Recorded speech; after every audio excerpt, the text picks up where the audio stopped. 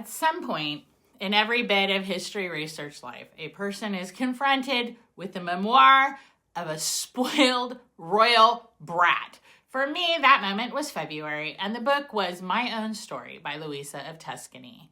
Now, I should say here that Louisa of Tuscany, who was a Habsburg who married into the royal family of Saxony, definitely had some things working against her in her life.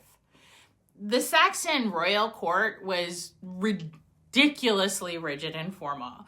In the Balkans, there's a word for those old women who stare out their windows, like nosy about everything going on in the neighborhood.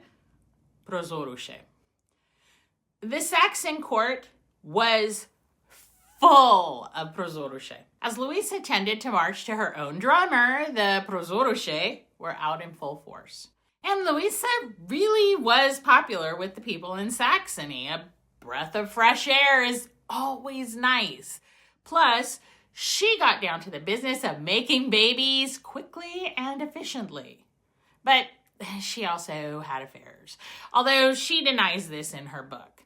And her book is where the spoiled part really comes out.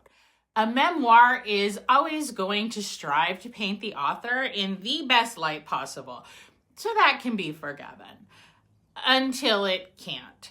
Louisa's protestations that she was so popular and so beloved and so wanted by everyone outside the golden cage of royalty began to be not just a bit, but way too much. And as an aside, her predictions about Franz Ferdinand in the future, this was published in 1911, held up about as well as a bologna sandwich during the summer in Florida.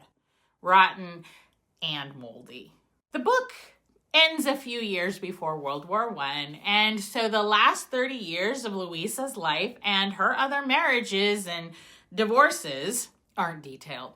She died in 1947 after working as a flower seller, and perhaps a book written and published in 1945 would have struck a much, much different tone. This book is a look at life amongst the ill-fated royals at the twilight of their dynasties. And for that reason alone, it's an invaluable read.